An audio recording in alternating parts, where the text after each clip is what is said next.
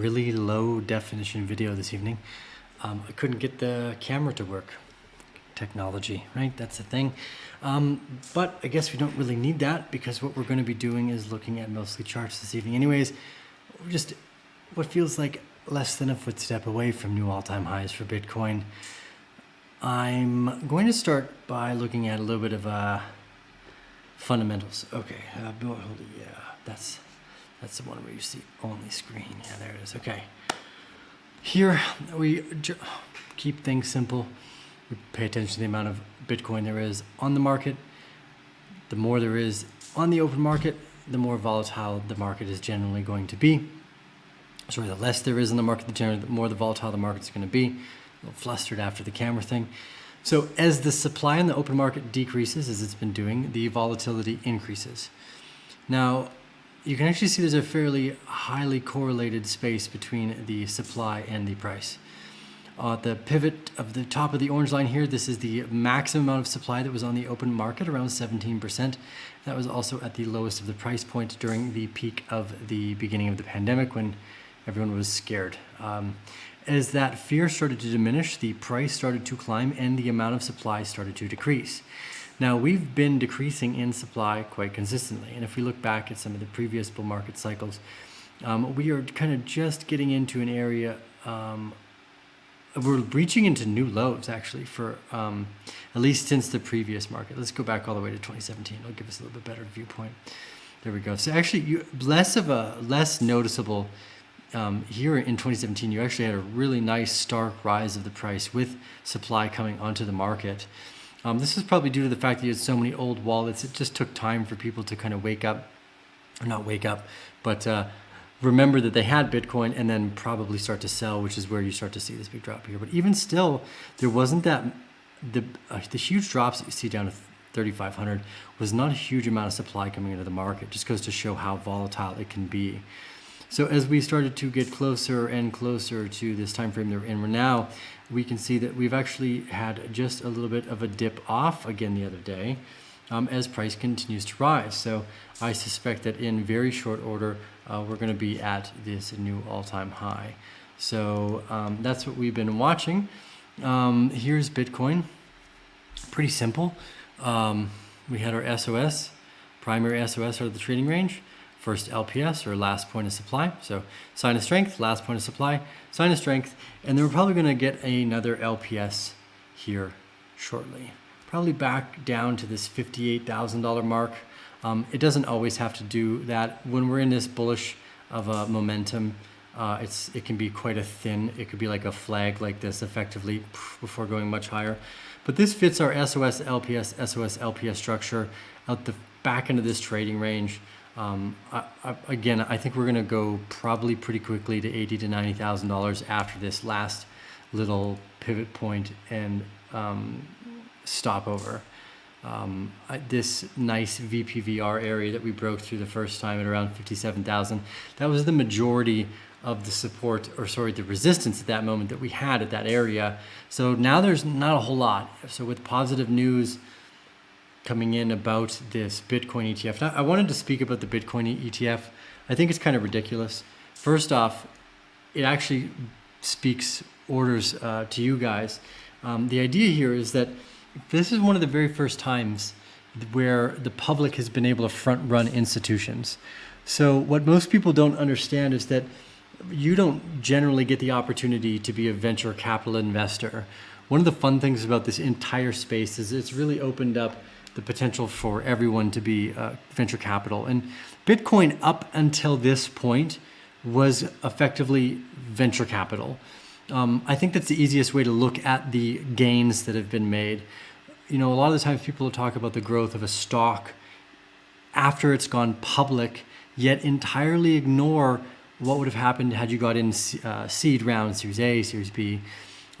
So generally the public offering, which goes along with these electronically traded funds, which is what ETF stands for. This is basically like Bitcoin's IPO. So I want to give a round of applause to Bitcoin finally going public. that shows the scale that we're at now. So if you were an investor anywhere up into this point into this technology, that means you are effectively getting in somewhere between seed and Series B or Series C, these much bigger rounds before companies go public. And this is one of the fascinating parts, is that Bitcoin's about to become a little bit more boring per se in terms of the volatility that we've experienced in the past. I think this $140,000 top feels great. It'll come back down. We will have a bear market, which just means, again, we'll have time to accumulate. So let's go back and look at this. You know, we've been following these really, really long kind of frame pictures to get here. So if we go back out to the month and we look at where this story started, if you've been following the Arcane Bear for quite some time, you'll know that we're huge fans of the Wyckoff trading ranges, and that one of the reasons why we became so extraordinarily bullish on Bitcoin in the last parts of, well, there's a few reasons why. Number one, the pandemic was the spring. That was very noticeable. Buy when there's blood in the streets or a new virus or something like that. So the little definition of that moment is hugely important, impactful to remember that. And out of the back of the trading range at around 12 to 13 grand, we had our first SOS and LPS region. And I thought we might come back down to 14 grand before going up, but we did not at all. There was an enormous amount of hunger in the market. And what's really interesting is that, again, it's very likely that this is a much larger trading range that we witnessed. And this was your first SOS and LPS. And you're gonna have another SOS, probably around to 80 to 95 grand like this. It'll be an SOS and an LPS, and then bam, it'll probably rip up to about 140. And then I suspect that that's your wave 1, 2, 3, 4, and 5, which is pretty common in the Elliott wave function. Now, again, anything outside of the back of the box here is gravy for us. So as we go into the smaller time frames, again, it's important to remember that this accumulation range is a bear market. This entire thing, for anything below the all-time high, is an accumulation range. And this is the way you should look at bear markets from now on.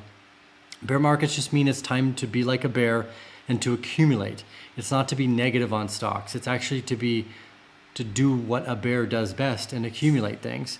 So this entire area was almost 1,100 days, whereas this very short function of an accumulation pattern that we've seen now was only about 200 days. So that would be this area, this area here. Around 80 days to the 140 from the selling climax to your SOS and LPS range finality. Now, again, what's important here is to recognize things like trading ranges are scale invariant. You can use them on smaller time frames, but they work better on larger time frames. The time frame we use to get here in the first place, this daily time frame, is a much better range to understand the whole of the story. And again, the whole of the story is very simple. These are really, really powerful assets. The governments around the world for centuries, for generations, have absolutely destroyed the dollar system. So they've printed enormous amounts of capital, and that will always and has always inflated asset prices. Bitcoin as an asset helps not just only solve that problem, but is a net beneficiary of that problem. So over the bunch of years, as they have continually printed to some degree or another dollars and flooded the system with these pieces of paper, the markets have continued to go up in pretty much every single asset class.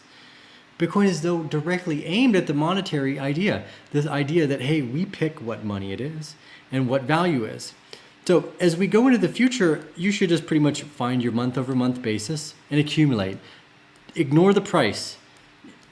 That should be your best monthly investment focus ever. And that goes across the board, right? But as we go into things like Ethereum and Avalanche and Solana or FTM, what's important is to remember that Bitcoin just went public.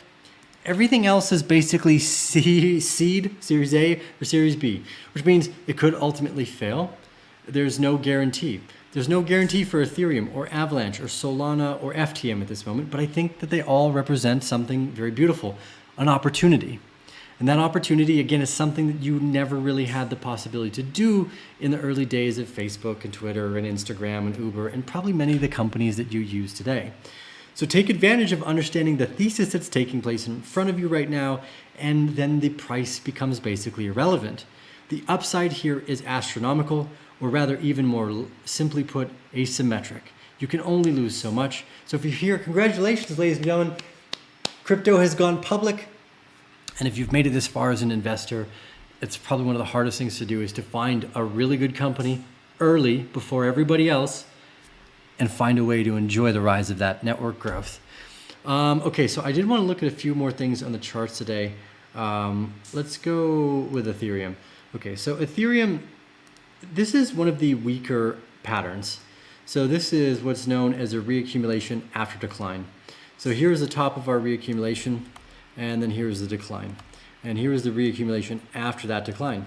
So this next part, this is again SOS, LPS. Very, very, very similar. We actually see this across the board where the SOS breaks outside of the trading range and then comes right back down to the top. Bitcoin did the exact same thing. If I go back to this nice framing here, yes, Bitcoin did the exact same thing. It came out of the box, ripped to the top, and then fell right back to the top of the trading range, forming its final LPS before making an SOS. Ethereum is right at that point now. So here again, this would be your LPS. This was your SOS finality, and now you're about to see an SOS. Now, I don't think Ethereum has as much juice in it as everyone in the Ethereum field is thinking. Yes, it's good, but there are better cars out on the track now, and even their warm-up laps are making Ethereum players have second guesses, I'm sure. So because of that, this idea that Ethereum is venture capital is important to understand. This heads I win, tails I only lose a little mantra is super important, right? The ability to, again, early entries into Solana, early entries into Avalanche. I was late to the table in FTM, although at least it was on the radar. I feel good at least for having it on the radar.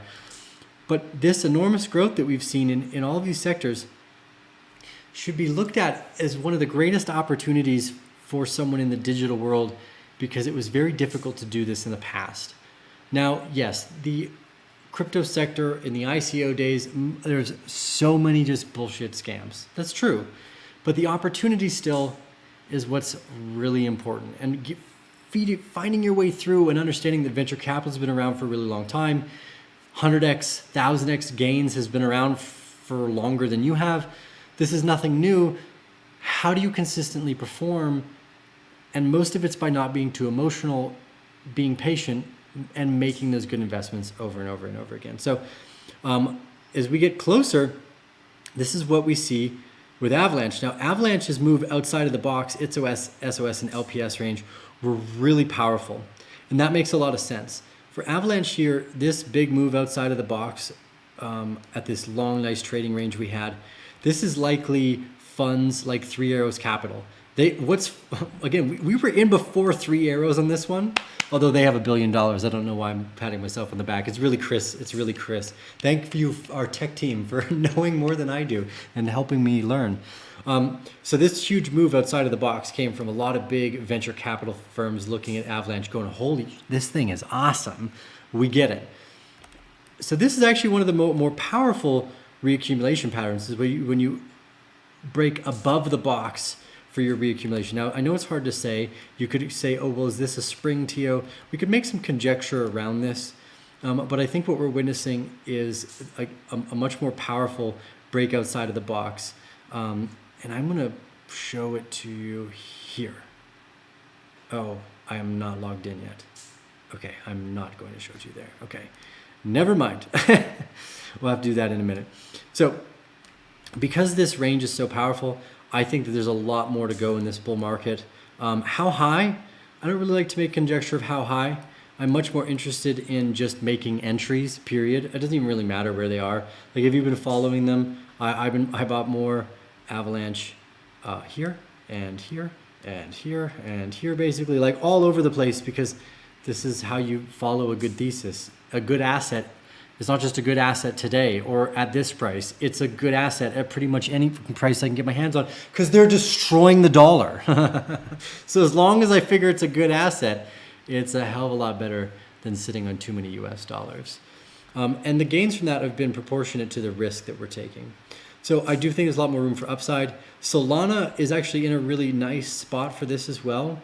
Again, just look at the sheer velocity and power. This is where we were following our first sentiments. You can even go back. I think when we were first talking about Solana, it was like $2. We're like, this is enormous. This is a 44x gain in less than 300 days, right? So this isn't sustainable either, right? These gains that we see now are going to get wiped out and washed out in the next market. But do not for a second think that this game is done. This is just what happens. So Solana is actually up really high. It's forming what appears to be a pennant inside of what's probably going to be a new trading range. So normally what happens is you get the kind of short-term traders who go, oh my God, it's a pennant. They buy, they look for this profit. It comes back down. It does this. It makes a deep, nice spring. It goes up. And then before you know it, you're like, you could be on a much, much higher Solana as well. Solana is a very powerful ecosystem. I do not underestimate it. FTM as well, not as learned with it. It has been on the charts, and it's in strong hands. Like the charts on FTM right now are sexy. For those of you that have been studying, look at this horizontal trading range, this nice break above the box, slam, and then instant move right above the top of the VR here. So I think that right now, understanding this is venture capital, the upside is infinite basically. Any price is a good price if I get the theme right on the long term. This is really simple, guys. Just keep making really good investments and be patient. And recognize also too that diversification means that you don't know what you're doing. Now, it doesn't mean I don't think you should own like a bunch of things, because that sounds like you're playing and learning. The prospectus of like having an extra chunk of Dogecoin for no reason is usually a learning process and a skin in the game process. And the more you do that, generally the more profitable you're going to be. Just repeat this mantra: heads I win, tails I only lose a little. Try to keep these things simple and repeatable for everyone. I think that this is the easiest way to make this stuff really click and work. So yeah, I just want to share that kind of with you guys. I think we're going to go to around $140,000 Bitcoin this run. I'm just going to keep it simple at that. If you guys want to learn, go over your charts. Again, I think that charting is just a way to gain more confidence in long-term macro perspectives. Again, our thesis here doesn't need charts. I didn't need to look at a chart to know that the pandemic had happened and that was the best day to start buying Bitcoin from onwards, effectively. That's a lesson that you have to live through to really take in the depth of the process. Speculation has outlived all people. So it's important to remember that. We'll take a few thoughts. Loving the late night streams. Keep up the great work. Thank you. I appreciate it. I'm sure you get my camera to work. I look all blurry now. This is crazy. Can